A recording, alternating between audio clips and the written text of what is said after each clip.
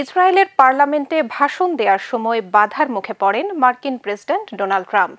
সোমবার নেসেটে ভাষণ দেওয়ার সময় জেনোসাইড এবং ফিলিস্তিনের মুক্তি চাই লেখা কাগজ তুলে ধরেন আয়মান ওদেহ নামের একজন ইসরায়েলি আইন প্রণেতা। এই ঘটনার পর আয়মান সহ আরও একজন আইন প্রণেতাকে পার্লামেন্ট থেকে বের করে দেওয়া হয়। এরপর আবার ভাষণ শুরু করেন ডোনাল্ড ট্রাম্প। গাজা ইসরায়েল যুদ্ধবিরতি চুক্তির আওতায় হামাস ও ইসরায়েলের মধ্যে বন্দি বিনিময় কার্যক্রম শুরু হয়েছে। চুক্তি অনুযায়ী সোমবার হামাস ইসরায়েলের হাতে জীবিত জিম্মিদের তুলে দেয়, পাশাপাশি নিহত জিম্মিদের মরদেহ ফেরত দেয়া শুরু হয়েছে। অন্যদিকে ইসরায়েলও দেশটির ওফের ও কেতসিয়ত কারাগার থেকে 1968 জন ফিলিস্তিনি বন্দীকে মুক্তি দিয়েছে। একই সময় মধ্যপ্রাচ্য সফর করেন প্রেসিডেন্ট ডোনাল্ড ট্রাম্প।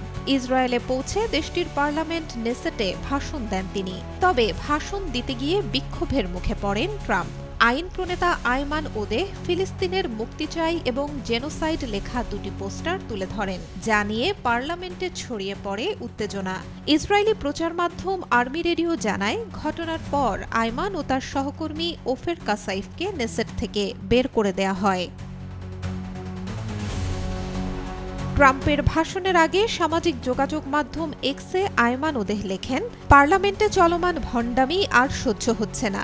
নেতানিয়াহু সরকার গাজায় মানবতাবিরোধী অপরাধ করছে। দখলদারি বন্ধ এবং ফিলিস্তিন রাষ্ট্রকে স্বীকৃতি দেওয়ার মাধ্যমেই কেবল ন্যায় বিচার প্রতিষ্ঠা সম্ভব, যার মাধ্যমে সবার জন্য শান্তি ও নিরাপত্তা নিশ্চিত হবে। পরিস্থিতি শান্ত হলে আবারও ভাষণ শুরু করেন ট্রাম্প।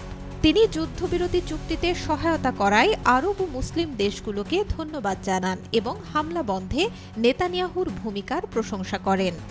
পাশাপাশি ইরানের পরমাণু কর্মসূচি নিয়ে আলোচনা চালিয়ে যাওয়ারও আগ্রহ প্রকাশ করেন তিনি।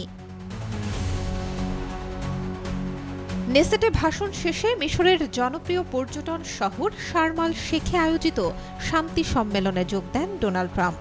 গাজায় যুদ্ধবিরতির ধারাবাহিকতা নিশ্চিত করতে এবং ট্রাম্পের প্রস্তাবিত 20 দফা শান্তি পরিকল্পনার ভিত্তিতে আলোচনার অগ্রগতি ঘটাতেই এই সম্মেলনের আয়োজন করা হয়। সম্মেলনে বিশ্ব নেতারা গাজায় যুদ্ধবিরতি বাস্তবায়ন এবং তা টেকসই করার জন্য একটি যৌথ নথিতে সই করেন। এতে ট্রাম্প ছাড়াও বিভিন্ন দেশের রাষ্ট্রপ্রধানেরা অংশ নেন। সম্মেলনে দেয়া বক্তব্যে ট্রাম্প বলেন, বহু বছর ধরে গাজায় যে দুঃখ, কষ্ট আর রক্তপাত চলছিল তা অবশেষে শেষ হয়েছে। এখন সময় শান্তি ও পুনর্গঠনের পথে এগিয়ে যাওয়ার। Desk report, B News 24।